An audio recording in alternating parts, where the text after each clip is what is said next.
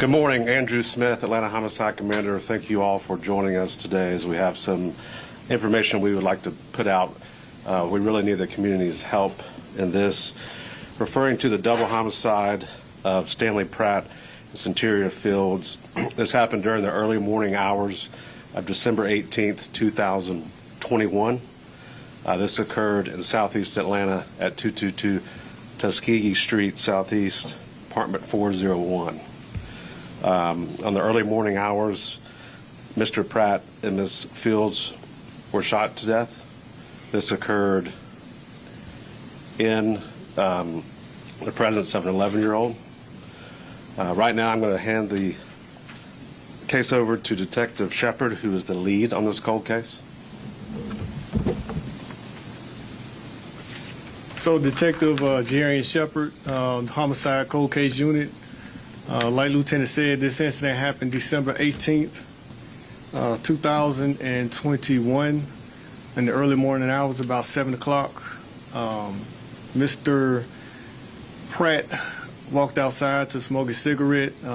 Also on the video, we have the perpetrator lingering in the area, waiting on him to come out.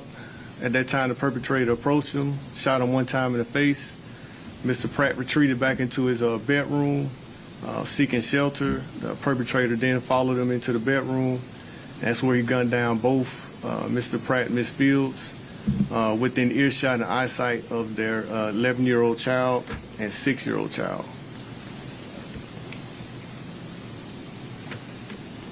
So it is my belief that the perpetrator in this incident definitely had intimate knowledge of the layout of this apartment.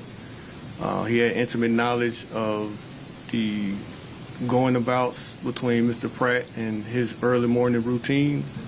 I do believe that the perpetrator is within this circle of Mr. Pratt.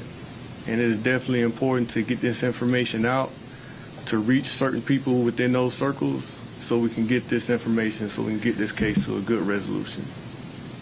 We're going to just play that video one more time. Yeah, and then we're going to move to 911 audio, and we'll let you know when we can take questions.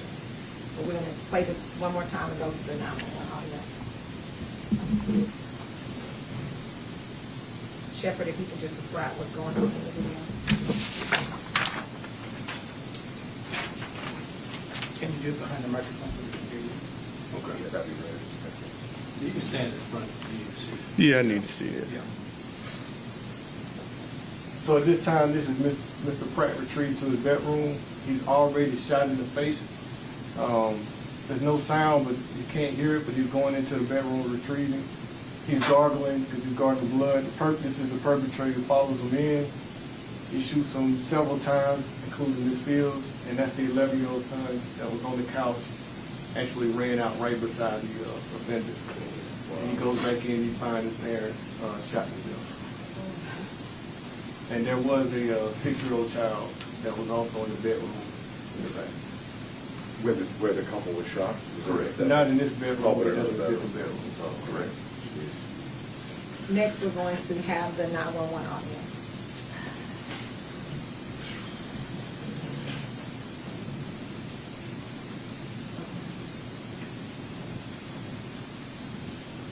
Atlanta 911 operator 7933, what's the address of your emergency?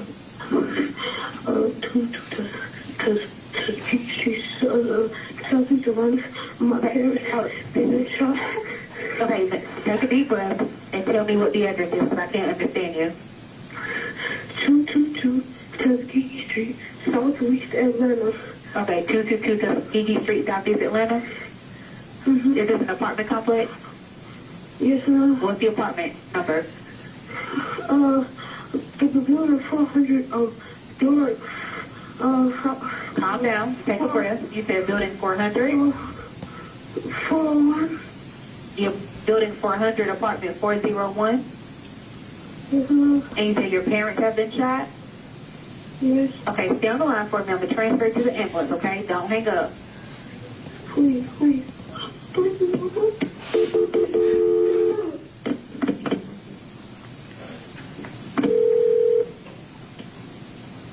Yeah, EMS, operator 901. What's the address to the emergency? Atlanta with the transfer. The address is 222 Tuskegee Street Southeast, apartment 401. Okay, hello, caller. Hello. Hey, Repeat the address one more time for verification. huh? Repeat that address one more time for verification. 222 Tuskegee Street, Southeast Atlanta. There you go. I'll be at the Columbia People's Town Apartment. Huh? Is this going to be at the Columbia People's Town Apartment? Yes, ma'am. What's your apartment number? Apartment 400. You said 4400, is that correct? No, I said apartment 401.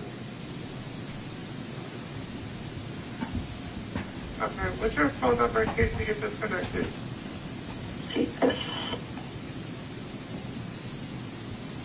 Tell me exactly what happened. So I was asleep. I woke up hearing gunshots, and I woke up hearing gunshots. My parents were on the floor. I went to my phone and I called the police. And I received a complete phone because I don't know what happened to my parents. Really? Okay, so both of your parents were shot, is that correct? Yes, ma'am. Okay, Elena, can we get fire PD? I'm not on which operator. 7933, they're already started. Okay, hello? Hello? Okay, give me 1 minute. I'm just Okay, updating all this can I call my dad? okay? I have to ask you a couple questions to update the paramedics, okay? Okay, please. Okay. Alright. Give me 1 minute. Alright. And you said both of your parents were shot, is that correct? Yes, ma'am. Okay. Alright. Okay, give me 1 minute. How far are they away? I'm not allowed to give ETAs, but we do have this call sent over to dispatch. I have a couple questions to ask you. You're doing great, okay? Is it Salem still nearby? No, I don't. I just saw them run out. Okay. Is there any serious bleeding? I'll go check. Okay, go check and then come right back to the phone, okay?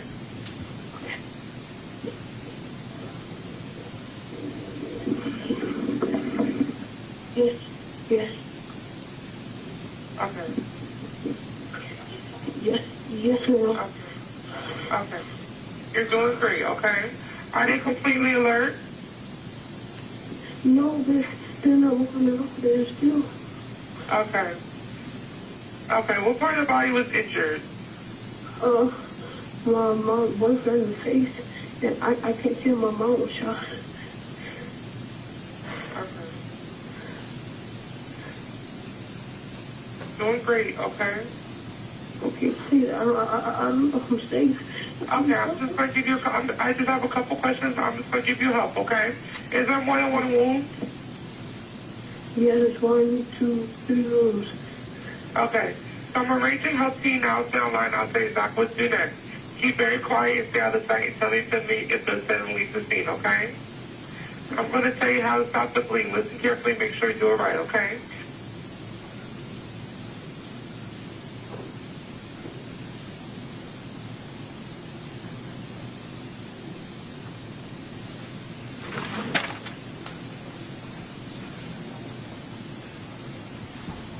Everyone, this is Sean Pratt. He is the cousin of Stanley Pratt.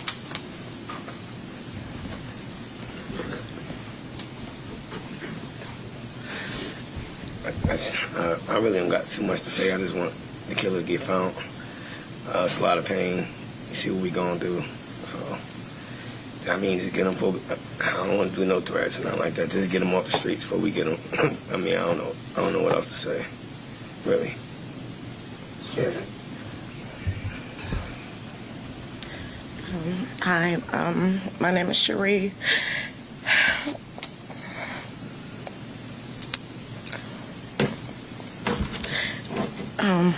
I'm the mother of Stanley's 3 oldest children, and also now a grandparent.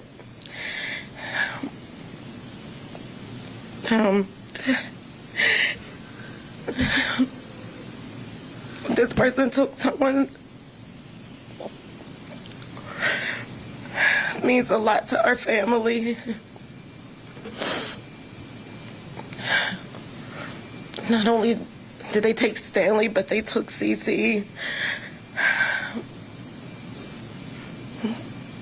All while 2 children was in the home. A week before Christmas, the Christmas decorations is up in the house. Her son is on the couch.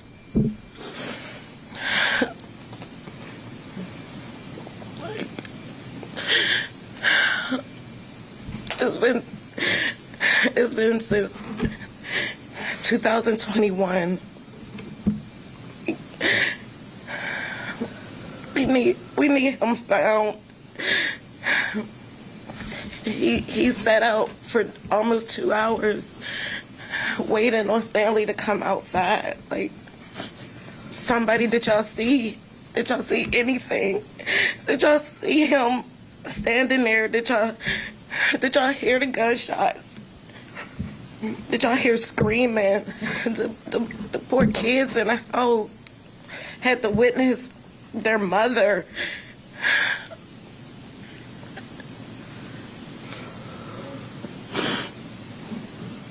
I just don't know what else to say. Like, y'all, somebody please help us.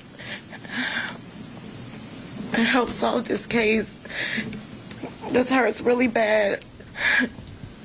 Stanley was a father of 7 children. I am the mother of 3, oldest. All of his children and his family were hurting. Cece's family and children are hurting. Please, y'all. We want to get justice.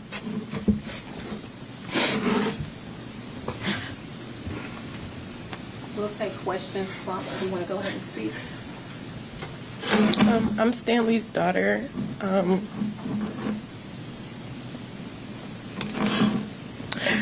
He was just starting to come back around and be there for us. Whoever did this took him at the time where he was trying the hardest in his life to do good. I have his first grandchild, and now he can't meet him. He doesn't know what he looks like. We have to now go to a gravesite and so he can see him and so he can know that he had a granddad. Whoever did this, you took a loved man. You took a trying man. And that's the worst thing that you can do. So if anybody has any information, please just give it, say it, even if it's anonymous. That's all I have to say. Justice for my dad. And